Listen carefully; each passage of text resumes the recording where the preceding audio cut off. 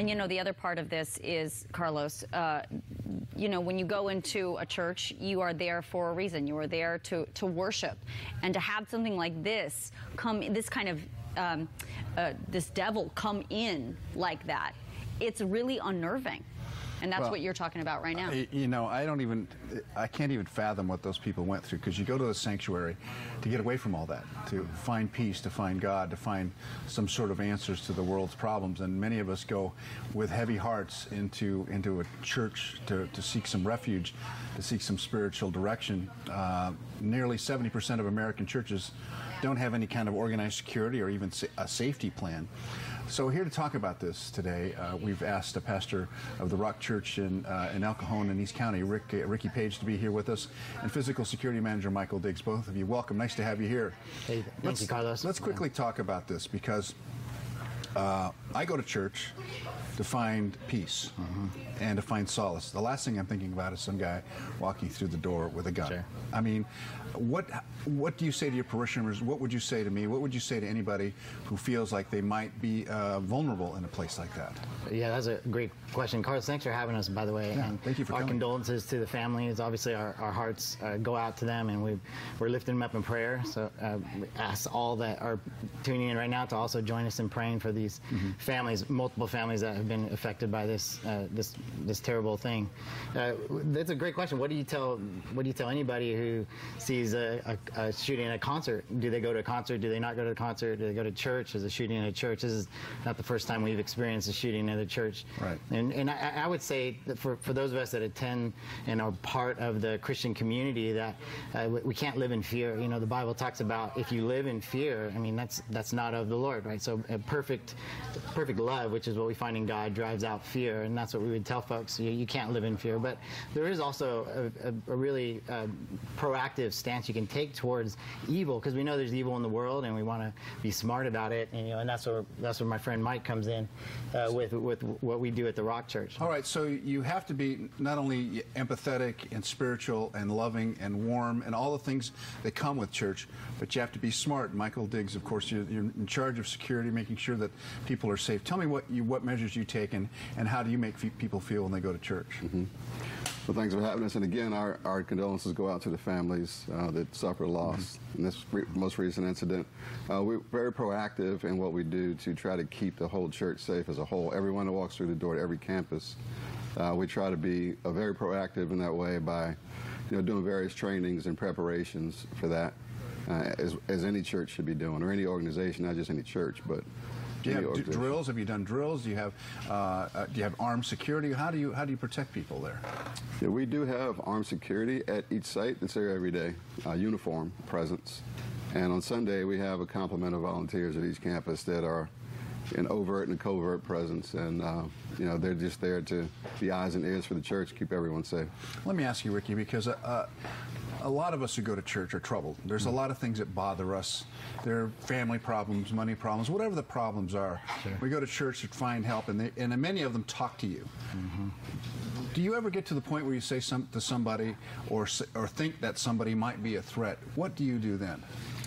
Well, the Bible is really, really clear, Carlos, that we overcome evil with good, right? So we do. Obviously, we have people that come and they maybe have harmful thoughts or intent to harm. And fortunately, because we do have a very strong security, safety presence, we haven't had any of these incidences happen in any of one of our 5 campuses. But those conversations really, we offer a cup of coffee, we offer snacks to those folks. We have folks that are getting off of drugs or show up at one of our campuses high on drugs, and those ones, we do care for them. We call them our VIPs. They're very important people to God. They're very important, and to us. And so we're gonna take cautionary measures, and His guys that are real sensitive to folks that are coming to worship, and yet they're very mindful. A lot of these folks are undercover, they're in plain clothes, and for a living they're an officer, or they do some sort of law enforcement. judgment. So they're really smart, and they can see, they can give us a kind of an insight. Hey, this guy might be trouble, so we want to maybe just handle him with a little bit extra care.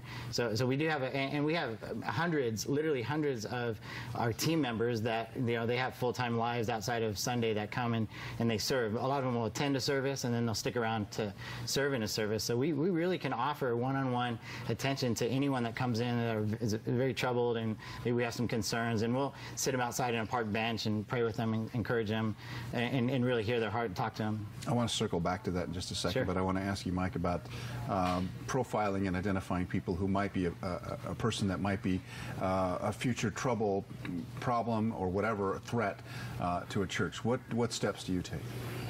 Well, you have known and unknowns, right? By that, what I mean is the known people are there's a gradual, there's a progression in their behavior in a negative way. So we can identify those people and then deal with that directly. Then you have the unknowns, which are people that come in and just explode and do different things. Unfortunately, in church, it even happens. So things we do is as part of our, as any church should have, is a training process to deal with those things specifically, to recognize them, and to know what to do. In other words, if you see something, to say something right away. You don't wait. You don't think about it. If you have to think about it, you should have already done it. So we try to instill that in all of volunteers and team members and even staff at the church and school. Pastor Ricky, if there's anybody out there watching right now who's troubled with thinking of committing some sort of violent act against any congregation, what would you say to them right now? Carlos, the Lord loves them, and He doesn't want that for their life. He wants people to understand His love for them, and no matter how deep of a hole they've dug themselves in through addiction or through bad choices, the Lord wants to pull them out of that and embrace them, and He wants to use His people, the church, to do that. So we, the church, are His hands and feet.